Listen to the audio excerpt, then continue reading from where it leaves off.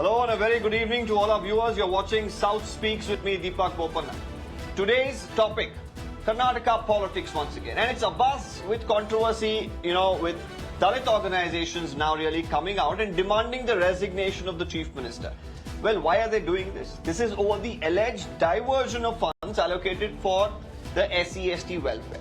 The government's decision to continue using funds from the scheduled caste plan and scheduled caste tribe sub-plan for 5 key social welfare schemes promised during the 2023 assembly elections has really sparked off a major outcry in the state.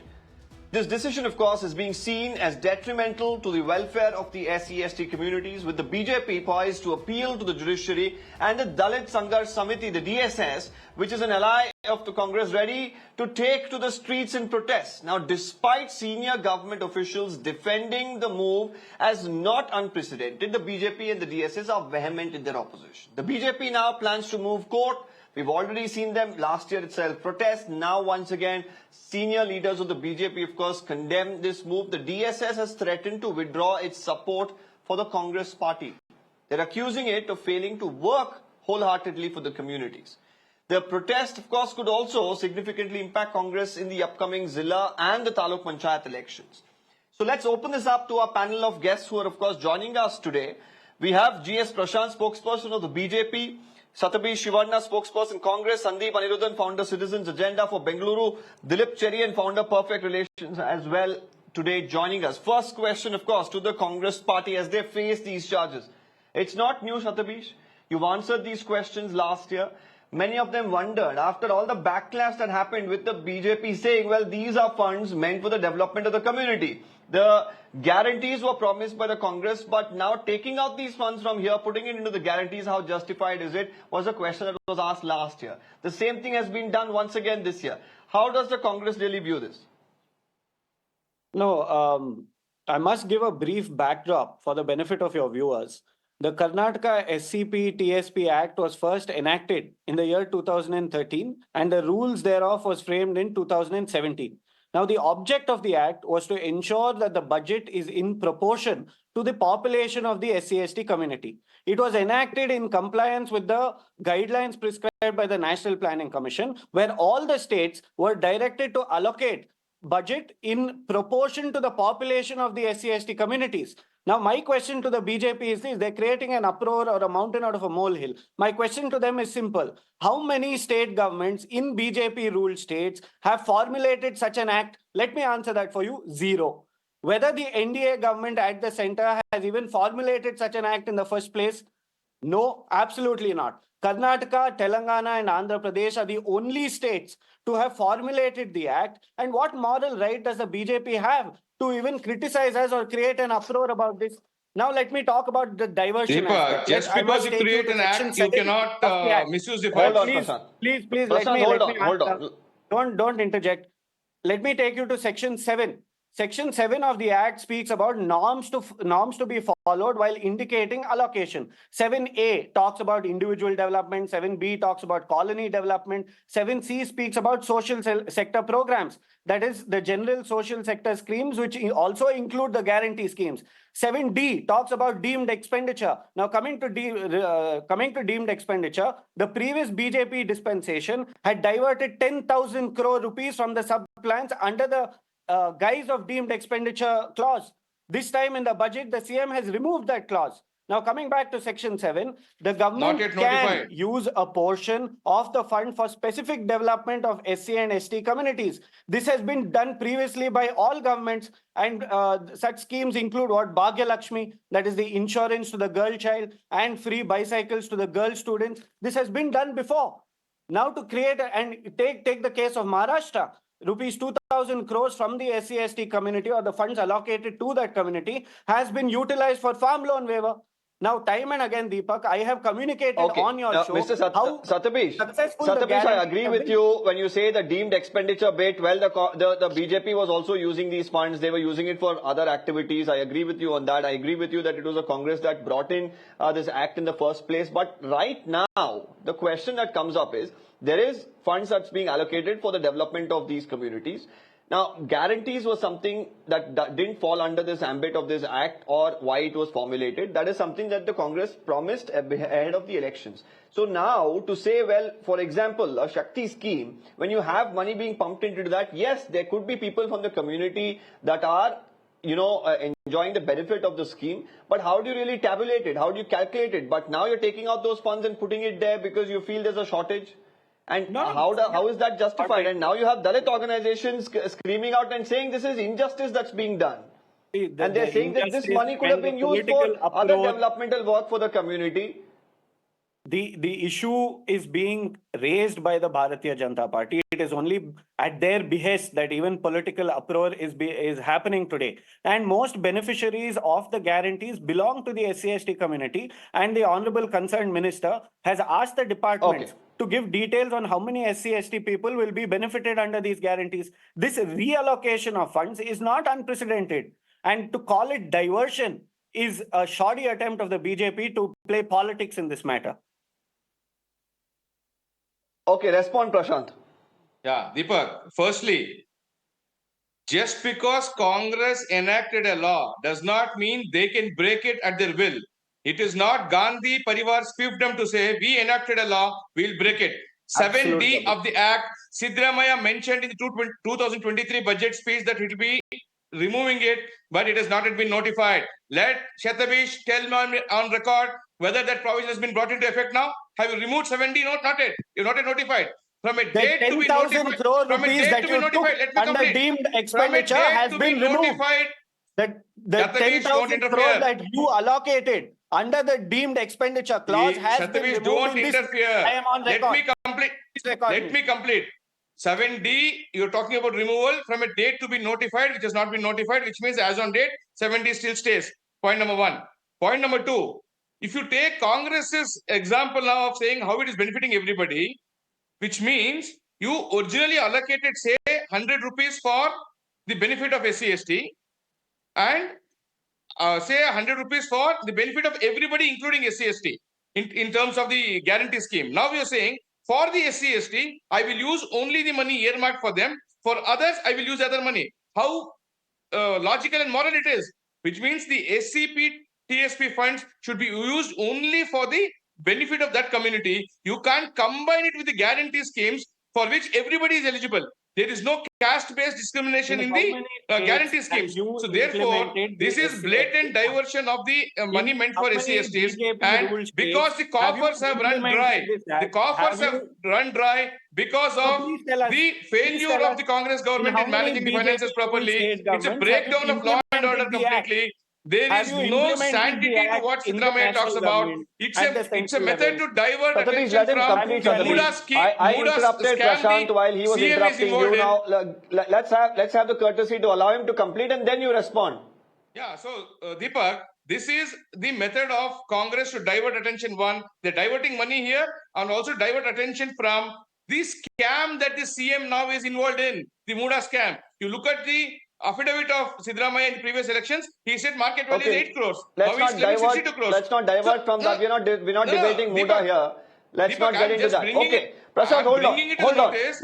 Now why Prashanth and his party attacks the Congress for fund misappropriation in Karnataka, it's also facing criticism for similar practices in its governed states. For example, Maharashtra, the BJP-led government there has announced 3 free LPG cylinders annually for BPL families.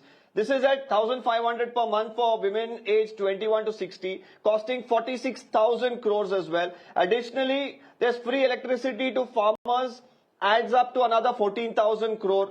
Similarly, in Madhya Pradesh, the BJP government is increasing funding. This is for the Ladli Behan Yojana. This is for the budget year, of course, of 2024-2025. The provision here, viewers, is 18,984 crores. The scheme currently pays 1,250 per month to women, with the plan now to increase this to 3,000 rupees, potentially raising the scheme's cost to 47,000 crores. Well, Prashanth, you have in debate after debate been saying that, these guarantees are bleeding the state's economy. The Congress is going to leave, the entire finances in doldrums. You've been quoting Karnataka, Telangana as an example that other states should not follow, but states like Maharashtra, Madhya Pradesh, they're doing similar things. Why isn't the BJP not, practicing what it preaches? No, Deepak, it is not a case of we not practicing what we preach. In fact, we announced them after coming to power, after analyzing the financial situation and as knowing very well how to raise the money. Whereas, how does that when matter, Congress Prashanth? If you announce it before or after, at the end of the day, you hope for political dividends from it. That is something that's established. Now, and for example, some of the schemes or the freebies in Madhya Pradesh were announced before the elections. No, Deepak, we have been in power continuously in Madhya Pradesh. So therefore we were aware. Just for a brief hiatus, we were not in power in the last 20 years in Madhya Pradesh. So therefore we were completely seized of the matter of economy of the state and how much should be allocated or how much can be allocated. Whereas here, only as a poll prank, Congress announced the guarantees. Now their coffers are running dry. They have increased the taxes. They've increased the stamp duty. And now the Congress ruled states have the highest amount of sales tax on the petrol and diesel, which will in turn lead to price rise and inflation. They're not talking about it. Because every Congress ruled state has got a higher price than Karnataka here. Gujarat is much lower than Karnataka. They always compare Gujarat. Gujarat is much lower. So therefore, Congress is blatantly misusing the funds meant for SC/ST for their guarantee schemes. On the other hand, when BJP used the money during COVID, it was an unheralded crisis the country went through. So at that point in time, even the National Disaster Management Authority permits you to use them in terms of natural calamities and disasters. Can you not turn COVID as a natural calamity at that point in time when millions of people suffered from it?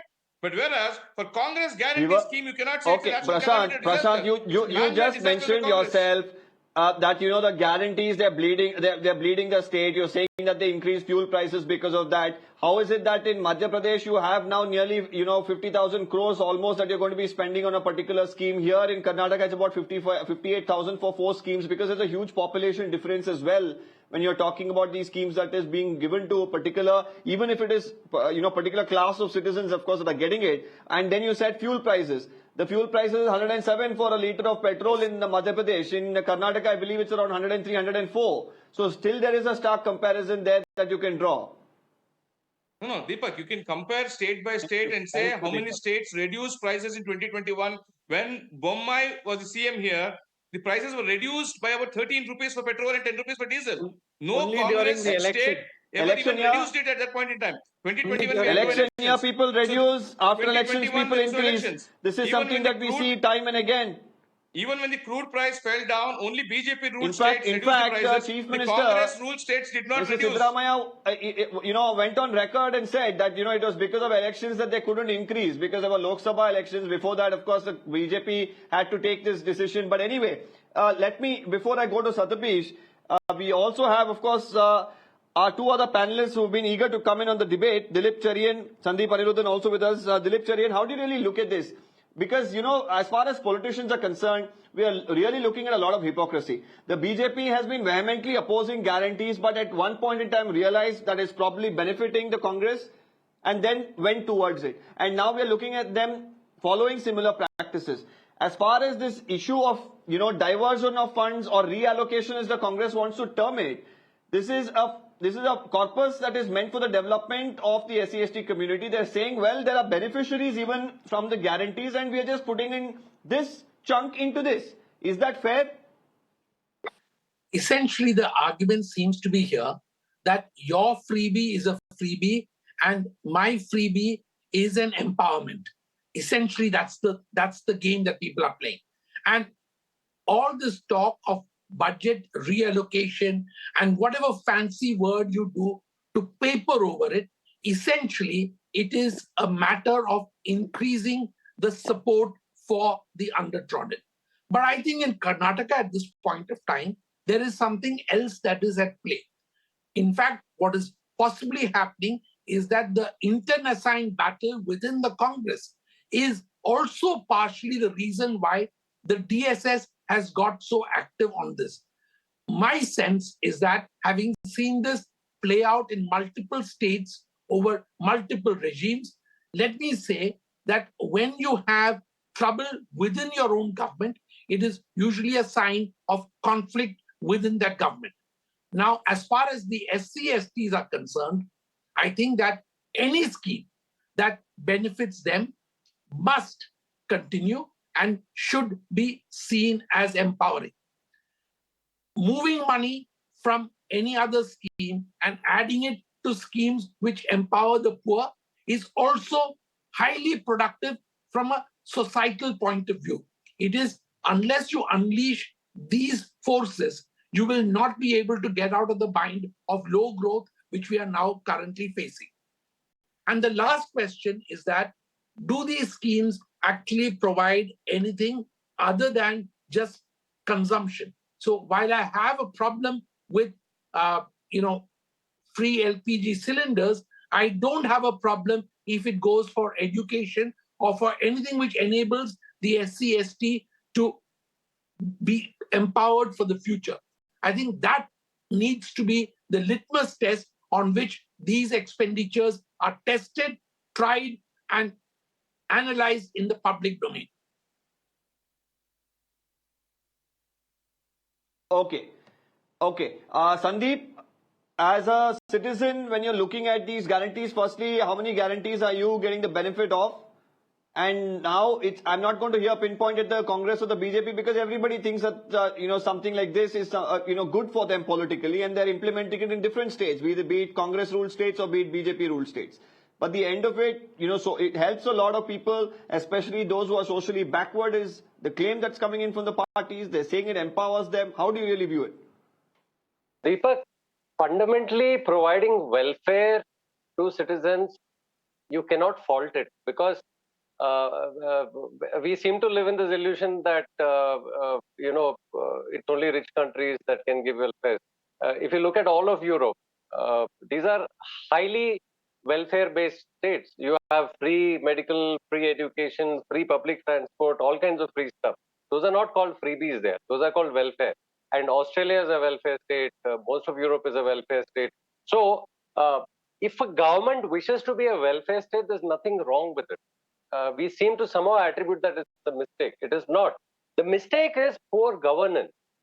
Governments have to get their act together on how they raise funds, how they provision it, how they spend it, and how they keep it transparent, so that there is no inefficiency, there's no leakage, and there is an effective deployment of these funds for the welfare of the people. The problem with us is the SC/ST communities are still very backward.